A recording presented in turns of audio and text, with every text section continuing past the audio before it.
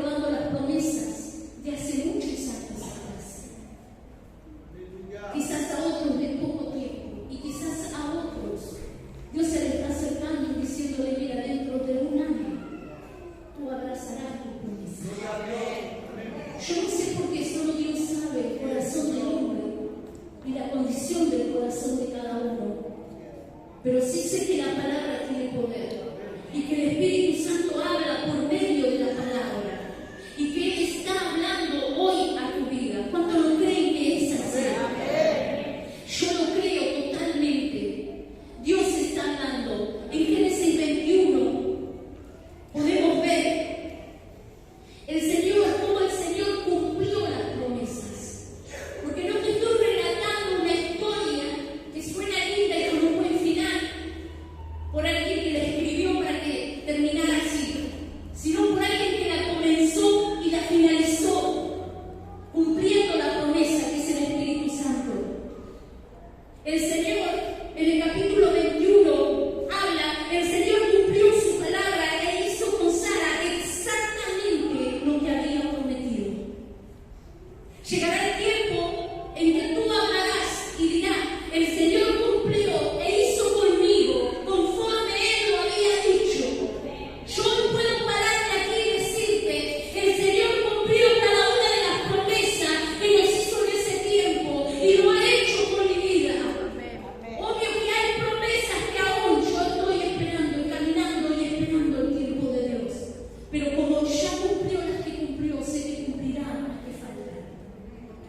Sigo pacientemente, como decía Jacob, pacientemente espero que la visión pareciera tardar a veces. Aunque las respuestas de Dios parecen tardar, tú tienes que seguir esperando y confiando, sabiendo que Dios tiene poder para revertir y cambiar toda situación y toda circunstancia en tu vida. Y creerle a la palabra de Dios. Me acuerdo, siempre les cuento esto. Nosotros somos gente de fe, hombres y mujeres de